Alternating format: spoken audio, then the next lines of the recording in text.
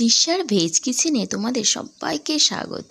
তৃষার veg kitchen মানেই কিন্তু সম্পূর্ণ নিরামিষ হেসেল, সেটা কিন্তু তোমরা জেনে গেছো।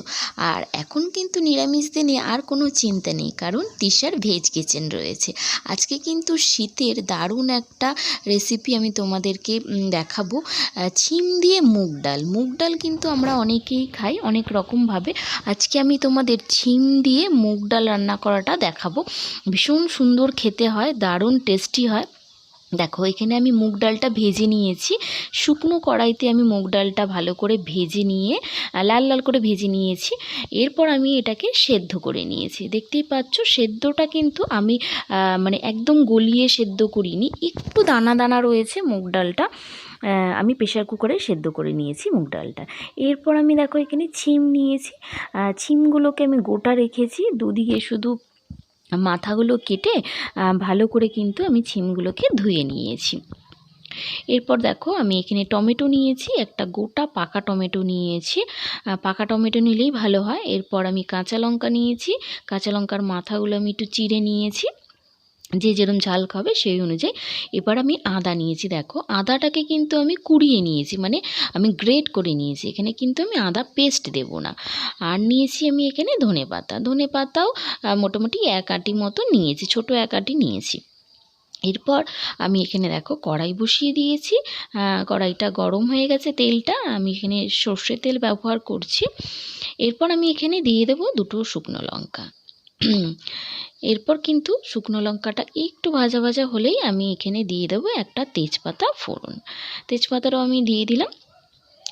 রান্না কিন্তু আমি তোমাদের আগেই বলেছি যে রান্না কিন্তু সবসময় আমাদের টেস্টের জন্য না খেয়ে হেলথের জন্যও খাওয়া উচিত। টেস্ট আর হেলথ দুটো মিলিয়ে কিন্তু রান্না করা উচিত এবং খাওয়া উচিত। তো এরপর আমি দিয়ে দেবো এইখানে 5 ফোড়ন সোমবার। এখানে কিন্তু আমি জিরে দেবো না, এখানে 5 ফোড়ন সোমবার দেবো। 5 ফোড়নের সুন্দর একটা গন্ধ বেরোয়, তো সেই কারণেই কিন্তু এখানে আমি 5 ফোড়ন সোমবার দেবো।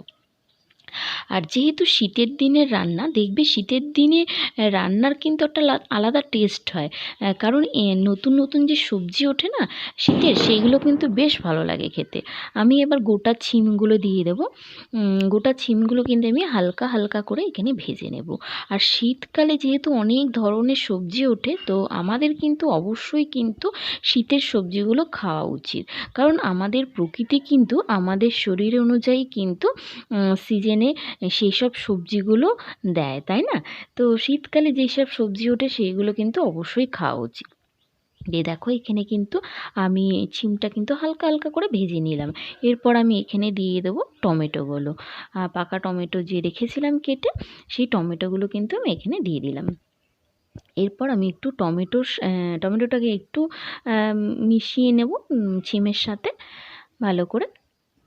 এরপর আমি এখানে দিয়ে দেবো যে গ্রেট করে আদা রেখেছিলাম, সেই আদাগুলো কিন্তু আমি এখানে দিয়ে দেবো। আমি এবার আদা আর টমেটোগুলোকে একসাথে কিন্তু ছিমের সাথে একটু কষিয়ে নেব। তো তোমরা যারা মুগ ডাল খাও না, তারা কিন্তু তোমরা এইভাবে মুগ ডাল খেয়ে দেখবে, দেখবে বেশ ভালো লাগবে। শীতের দিনে কিন্তু মুগ ডাল তোমরা ছিম দিয়ে অবশ্যই একবার খাবে। যখন বলতে আর কি, যারা যেই দিন আর কি নিরামিষ খাও, অনেকে হয়তো এক একটা দিনে নিরামিষ খাও, তো সেই দিন কিন্তু তোমরা এটা রান্না করে খেতে পারো, খুব ভালো লাগবে। তো যাই হোক, দেখো এইখানে কিন্তু আমার কষানো হয়ে গেছে টমেটো আর আদার সাথে, কিন্তু আমি এখানে ভালো করে কিন্তু ছিমটা কষিয়ে নিয়েছি। এরপর আমি এখানে দিয়ে দেবো লবণ, স্বাদ মতো লবণ দিয়ে দেবো আমি।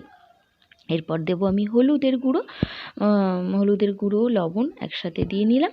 এরপর আমি এখানে দেব জিরের গুঁড়ো। আমি এই জিরের গুঁড়োটা একটু ভাজা জিরের গুঁড়োই দিচ্ছি, মানে শুকনো কড়াইতে জিরেটা ভেজে তারপর কিন্তু আমি গুঁড়ো করে রেখেছি। তো এরপর আমি ভালো করে একসাথে মিক্স করে নেব নুন, হলুদ এবং জিরের সাথে টমেটো, আদা, ছিম সমস্ত কিছু একসাথে কিন্তু ভালো করে এখানে আমি মিক্স করে নিচ্ছি। এরপর আমি দেখো এর মধ্যে দিয়ে দেবো সামান্য একটু চিনি। তোমাদের তো আমি আগেই বলেছি সব রান্নাতে যে সামান্য একটু চিনি দিলে কিন্তু টেস্টের একটা ব্যালেন্স আসে। তো এরপর আমি একটু জল দিয়ে দিলাম। একটু জল না দিলে কি বলো তো মশলাটা পুড়ে যায়, তো সেই কারণে কিন্তু আমি একটু জল দিয়ে দিলাম। আর আমি তোমাদের আগেও বলেছি রান্না করতে গেলে কিন্তু মানে একটু সময় নিয়ে রান্না করাটা উচিত। হুটপাট করে রান্না করে ফেললাম সেটা কিন্তু আমার মনে হয় না খুব একটা ভালো হয়, কারণ রান্নাও কিন্তু একটা শিল্প। তো রান্না করার সময় আমার যেটা মনে হয় যে তেল মশলা বেশি দিলেই যে রান্না ভালো হয়, টেস্ট হয়, সেরকম কোনো ব্যাপার নেই। আর রান্না কিন্তু যতটা সম্ভব আমার যেটা মনে হয় তেল একটু কম দিয়ে রান্না করলে আমাদের শরীরের জন্য ভালো, মশলা তেল। এবার আমি দেখো কাঁচা লঙ্কাগুলো দিয়ে দিলাম। যে যেরকম ঝাল খাবে সেই অনুযায়ী কিন্তু তোমরা কাঁচা লঙ্কা দেবে। তো আমি রান্নার কথা যেটা বলছিলাম, যেটা আমার মনে হয় যে তেল একটু কম দিয়ে রান্না করলে আমার বেশি ভালো মনে হয়। তেল একটু মশলা, হ্যাঁ কিছু কিছু রান্নাতে তেল মশলা দিতে হয়, সেটাতে তো অবশ্যই দেওয়া উচিত। আর সেই কারণেই কিন্তু আমি দেখো ননস্টিকের কড়াইতে বেশি ভালোবাসি রান্না করতে, কারণ ননস্টিকে কিন্তু তেল কম লাগে সেই কারণে। দেখো এখানে কিন্তু আমার মশলাটা কষানো হয়ে গেছে। আমি রান্না করতে করতে তোমাদের সাথে একটু বক বক করে নিই, ভালো লাগে। এরপর দেখো আমি যে মুগ ডালটা রেখেছিলাম সেদ্ধ করা, সেই মুগ ডালটা কিন্তু আমি এখানে দিয়ে দিলাম। মুগ ডালটা দিয়ে এরপর কিন্তু আমি সমস্ত কিছু একসাথে কিন্তু একটু কষিয়ে নেব। এই মুগ ডালটা কি বলো তো, একদম মানে আমরা যেরকম ডাল করি যে একদম পাতলা ডাল হয় মুগ ডাল, মানে মুসুর ডাল যাই বলো না কেন, ডাল যেটা পাতলা হয় সেই অনুযায়ী কিন্তু এই ডালটা পাতলা হবে না, এটা কিন্তু একটু ঘন হবে। এছাড়া কিন্তু আমরা মুগ ডাল একটু ঘনই খাই, আর ছিম দিয়ে মুগ ডাল এইটা কিন্তু আর একটু ঘন ঘন টাইপের হবে। এটা কিন্তু খেতে খুব সুন্দর লাগে। এটা ভাত দিয়ে তো ভালো ভালো লাগেই, তোমরা কিন্তু এটা রুটি বা পরোটা দিয়েও খেয়ে দেখতে পারো। আমার মনে হয় বেশ ভালোই লাগবে খেতে। আমি একবার খেয়েছিলাম, কিন্তু আমার ভালো লেগেছে, তো সেই কারণে বললাম।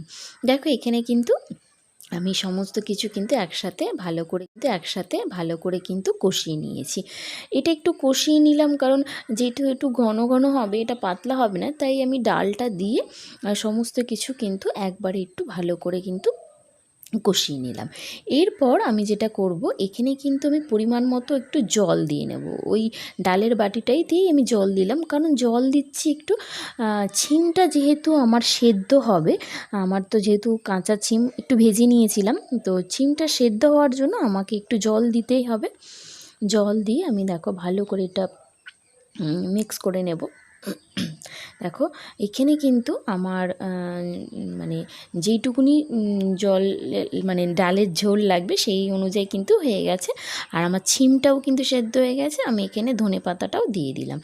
মানে আমার ডাল কিন্তু একদম শেষ পর্যায়ে চলে এসছে রান্নাটা। তো তোমরা দেখতে পাচ্ছ যে এইখানে কিন্তু আমি ডালটা কিন্তু খুব পাতলা করিনি, তোমরা দেখে হয়তো বুঝতেই পারছো। দেখো এখানে ডালটা কিন্তু, আর যেহেতু মুগ ডাল ঠান্ডা হলে কিন্তু আরেকটু ঘন হবে, তো সেই কারণে কিন্তু আমি এই রকমই নামাবো মুগ ডালটা। ছিমগুলোও দেখো গোটা রয়েছে, আর আমি লঙ্কাগুলোও গোটাই রেখেছি। অনেকে ঝাল পছন্দ করে না, তো সেই কারণে কিন্তু গোটা রেখেছি আমি। চিমগুলোও গোটা রয়েছে, দেখতেই পাচ্ছ। তো যাই হোক, আমার রান্নাটা রেডি হয়ে গেল। তোমাদের কেমন লাগলো তোমরা কিন্তু অবশ্যই আমাকে কমেন্ট করে জানিও। আর অবশ্যই একবার রান্না করে খেয়ে দেখো, আমার মনে হয় খুব ভালো লাগবে। আর ভালো লাগলে অবশ্যই আমাকে জানালে পরে আমি অন্তত খুশি হব। নতুন নতুন রান্না তোমাদের আমি দিতে পেরে আমার বেশ ভালো লাগবে। আর যারা আমার চ্যানেলটা এখনও সাবস্ক্রাইব করনি, প্লিজ তারা আমার চ্যানেলটা সাবস্ক্রাইব করে দিও। আমার সাথে থেকেও পাশে থেকেও, নতুন ভিডিওতে আবার দেখা হবে। আজকের জন্য এইটুকু।